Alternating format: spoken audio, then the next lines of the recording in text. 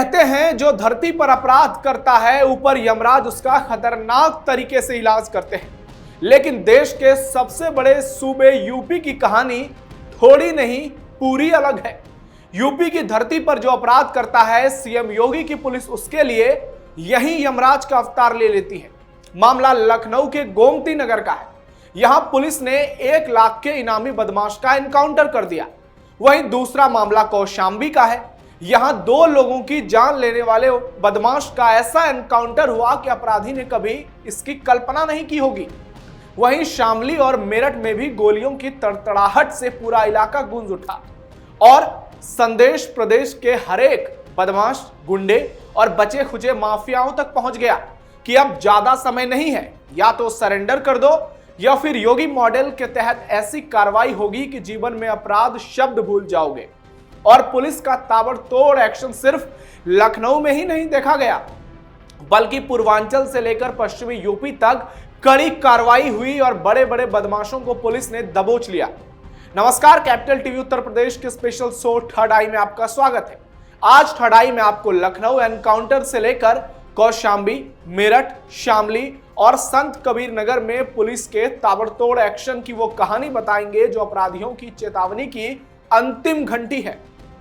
Encounter से लखनऊ के गोमती नगर में हड़कंप। 1 लाख का इनामी बदमाश अनुभव शुक्ला गिरफ्तार। ऑपरेशन लंगड़ा बन गया अपराधियों के लिए काल। पूर्वांचल से पश्चिमी यूपी तक ताबड़तोड़ एक्शन। प्रदेश में बढ़ते अपराध पर लगाम लगाने के लिए यूपी पुलिस का एक स्पेशल ऑपरेशन लंगड़ा सुपरहिट हो रहा है। पुलिस ऑपरेशन लंगड़ा के जरिए अपराधियों को पकड़ने के लिए उनकी टांगों में सीधे गोली मार रही है, उनका एनकाउंटर कर रही है, उन्हें लंगड़ा बना रही है, क्योंकि पुलिस का मकसद अपराधियों को गिरफ्तार करना और उसे सबक सिखाना है।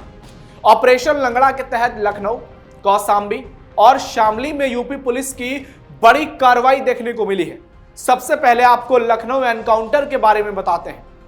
लखनऊ में मंगलवार रात पुलिस और कुख्यात बदमाश अनुभव शुक्ला के बीच मुठभेड़ हो गई। पुलिस की जवाबी फायरिंग में 1 लाख के आरोपी बदमाश अनुभव शुक्ला को गोली लगी, जिसमें वो घायल हो गया।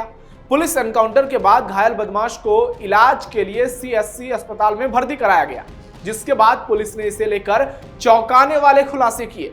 आपको बता दें कि बदमाश अनुभव शुक्ला का एक लंबा चौड़ा आपराधिक इतिहास रहा है और पुलिस के मुताबिक उसके खिलाफ करीब 30 मुकदमे दर्ज हैं। आप खुद सुनिए पुलिस इस बदमाश को लेकर क्या कह रही है। देखिए, दिनांक 29 जून 2025 को थाना चरवा के गोहानी गांव में दो लोगों की, एक पुरुष एक महिला की डेड बॉडी बरामद हुई थी। प्राप्त सूचना के आधार पर इनकी पोस्टमार्टम कराया गया था और इनकी पोस्टमार्टम रिपोर्ट तथा परिजनों के द्वारा प्राप्त तहरीर के आधार पर थाना चरवा में मुकदमा अपराध संख्या 137/25 सुसंगत धाराओं में पंजीकृत कराया गया था।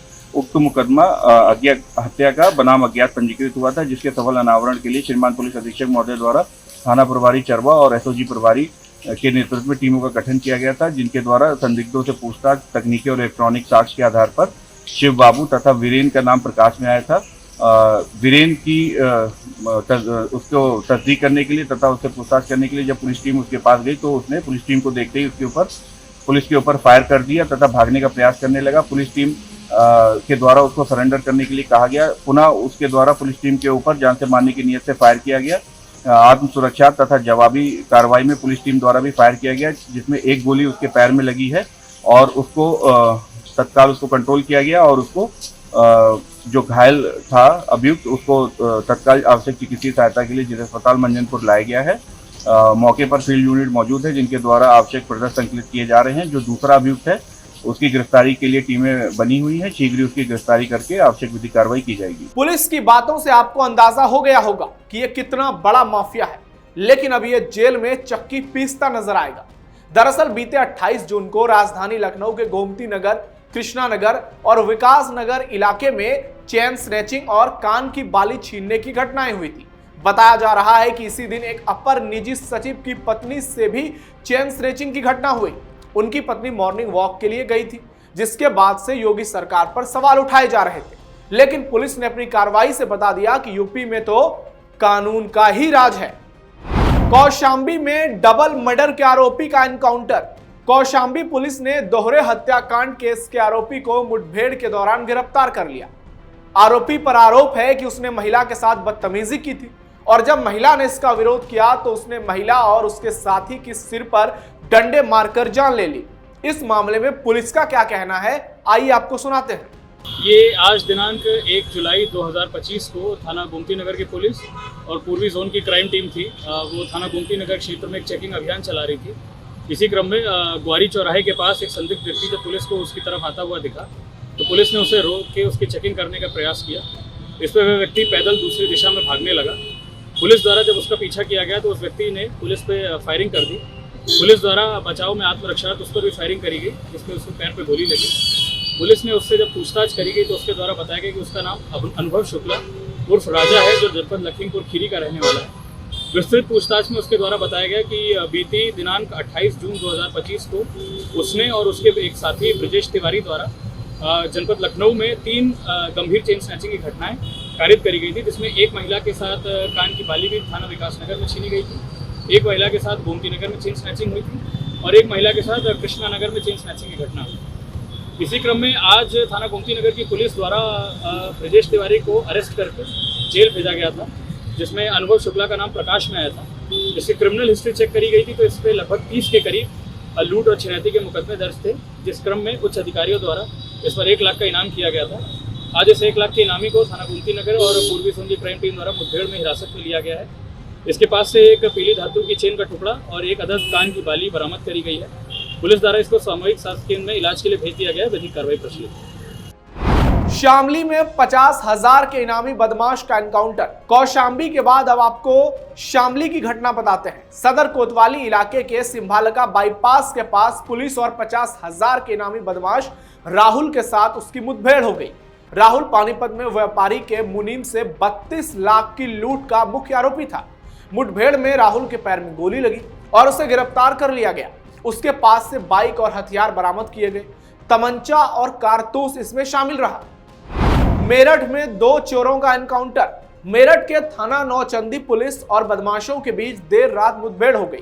पुलिस की इस कार्रवाई में 2 शातिर चोरों के पैर में गोली लगी, जिससे वो मौके पर ही घायल हो गए।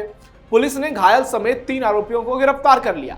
ये शातिर चोर घरों में घुसकर चोरी की वारदात को अंजाम देते रहे। इन पर चोरी के दर्जन भर मुकदमे दर्ज है। इनके पास से इन्वर्टर बैटरी, मार्बल काटने की मशीन और मिनी ट्रक समेत चोरी के कई सामान बरामद हुए। इन 4 मामलों में पुलिस की कार्रवाई ने साफ संदेश दे दिया कि अपराध चाहे जैसा भी हो, योगी पुलिस अपराधियों को बख्शने वाली नहीं है। संत कबीर नगर में 5 आरोपी गिरफ्तार। संत कबीर नगर पुलिस ने अंतर जनपदीय वाहन चोर गैंग के 5 बदमाशों को मुठभेड़ के दौरान गिरफ्तार किया। पुल कार्रवाई में 2 बदमाशों के पैर में गोली लग गई, जिनकी पहचान आजमगढ़ के शाहनवाज और जौनपुर के जैनुद्दीन के तौर पर हुई। इसके अलावा अन्य तीनों सुल्तानपुर और जौनपुर के रहने वाले हैं। यूपी में एनकाउंटर रुकने का नाम नहीं ले रहा, क्योंकि सरकार का साफ मानना है कि किसी भी हाल में कानून व्यवस्था पर आंच नहीं आनी चाहिए। उसके लिए चाहे बुलडोजर चलाना पड़े या एनकाउंटर करना पड़े। और ये अपराधियों को आखिरी चेतावनी है कि सुधर जाओ, नहीं तो धरती पर यमराज जैसा इलाज कर दिया जाएगा। हालांकि सीएम योगी की एनकाउंटर पॉलिसी पर विपक्ष लगातार सवाल खड़े कर रहा है, लेकिन सीएम योगी का साफ मानना है कि प्रदेश में शांति व्यवस्था तभी स्थापित रहेगी जब तक कि अपराधियों पर पूरी तरह से लगाम लगी रहेगी। और यह तभी संभव है जब या तो बुलडोजर दौड़ेगा या तो ठाई ठाई करके अपराधियों का एनकाउंटर कर दिया जाएगा। ऐसे में एक बड़ा सवाल है कि 2027 से पहले सीएम योगी की एनकाउंटर पॉलिसी क्या बीजेपी के लिए फायदेमंद साबित होगी? कानून व्यवस्था का मुद्दा एक बार फिर से चलेगा और क्या अखिलेश यादव इससे बैकफुट पर जाते नजर आ रहे हैं? तो फिलहाल थर्ड आई में इतना ही। आपका क्या मानना है, आपकी क्या राय है, कमेंट बॉक्स में जरूर बताइए। साथ ही एनकाउंटर पॉलिसी पर भी अपनी राय रखिए और जुड़े रहिए आप कैपिटल टीवी उत्तर प्रदेश के साथ। धन्यवाद।